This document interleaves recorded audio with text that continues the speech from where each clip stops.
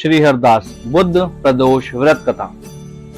हठी दामाद एवं उसकी नवविवाहिता पत्नी की कथा।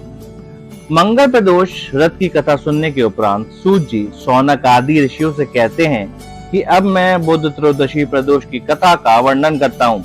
आप सभी ध्यान पूर्वक श्रवण करें।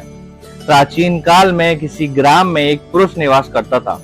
कुछ समय पूर्व ही उसका विवाह संस्कार संपन्न हुआ था। विवाह उपरांत कुछ दिनों के पश्चात वह पुरुष गौने के लिए अपनी पत्नी को लेने ससुराल पहुंचा।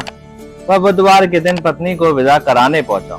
उसके सास ससुर, साले सालियां आदि अन्य संबंधियों ने उससे कहा कि बुधवार के दिन पत्नी को विदा करके ले जाना शुभ माना जाता है। किंतु उस दामाद ने सास से कहा कि ऐसा कुछ नहीं होता, ये सब अंधविश्वास है।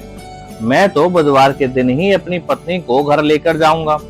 बारंबार समझाने पर भी दामाद ने अपना हट नहीं छोड़ा, जिसके कारण अंततः विवश होकर उसके सास ससुर ने अपनी पुत्री को उसके साथ बुधवार के दिन ही विदा कर दिया। वह दोनों नवविवाहिता दंपत्ति बैलगाड़ी से घर की ओर जा रहे थे। एक नगर से थोड़े दूर चलते ही मार्ग में उसकी पत्नी को प्यास लगी। पति एक पात्र लेकर उसके लिए जल लेने गया। जब वह लौट कर आया तो उसने देखा कि एक अज्ञात व्यक्ति उसकी पत्नी के लिए लोटे में जल लेकर आया है तथा उसकी पत्नी उसका पान कर उस व्यक्ति के साथ हास्य विनोद कर रही है। यह दृश्य देखकर उसके पति को अत्यंत क्रोध आया तथा वह उस व्यक्ति पर क्रोध करते हुए उसके समीप गया।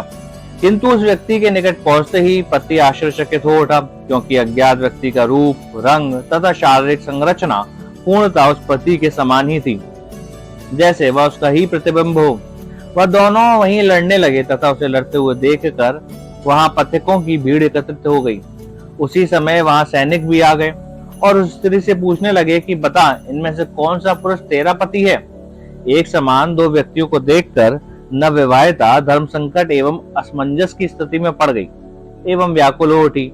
मार्ग के मध्य में अपनी पत्नी को इस स्थिति में देखकर वह पुरुष भी व्यथित हो गया तथा मन ही मन भगवान शिव से प्रार्थना करने लगा, हे महादेव, आप मेरी एवं मेरी नववधू की रक्षा करें।